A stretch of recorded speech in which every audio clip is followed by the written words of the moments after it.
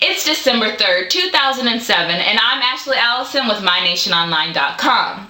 Did you watch the presidential debate last week? If not, don't worry, because we pulled some clips that we think you'll find very interesting.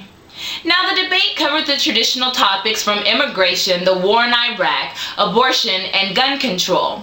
But there was one question in particular that really caught my attention. Let's take a look. Hi, this is me and my son Prentice. We're from Atlanta. I want to ask you guys a question. I notice you spend billions of dollars on the war in Iraq every year. But what about the war going on in your own country, black on black crime?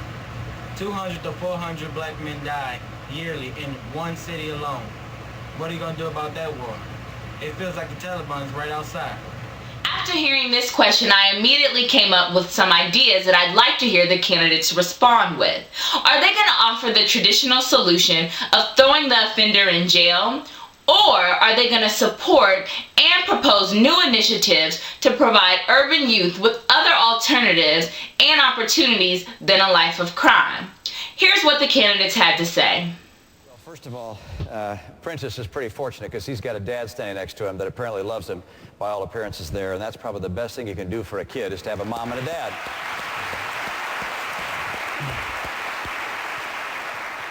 And it's time in this country that we go back to the kind of values that allow kids to have moms and dads. In the African American community today, 68% of kids born are born out of wedlock.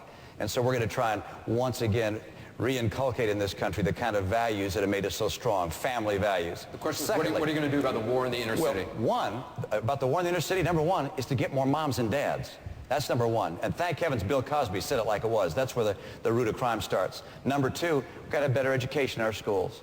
I think that the civil rights issue of our time is the failure of inner city schools to prepare kids in the inner city for the jobs of tomorrow. And number three, of course, you have to do a better job with our policing.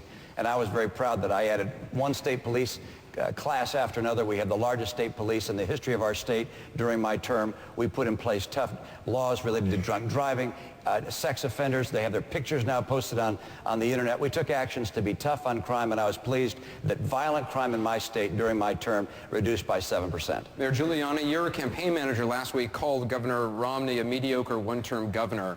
On the issue of fighting crime, is he a crime fighter? The governor has a mixed record in fighting crime. For example, murder went up by 7.5%. Burglary went up. One other category of violent crime went up. Some categories of violent crime went down. So it would be fair to say it's a mixed record.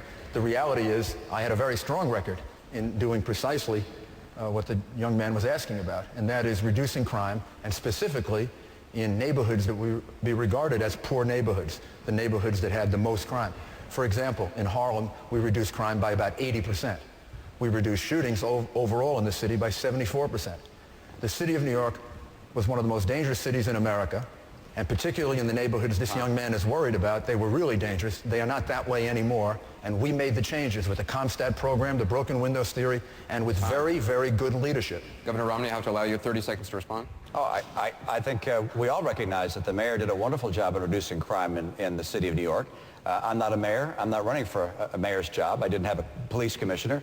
But I did take the actions that I could as a state governor, to improve our state police, to strengthen our state police, to be able to put in place the DNA laboratory. We more than tripled the size of our DNA laboratory and did the things we could to improve our crime enforcement. And I'm proud of the fact that we were able to reduce crime during my tenure. The candidates discussed this issue less than 2 minutes and 30 seconds.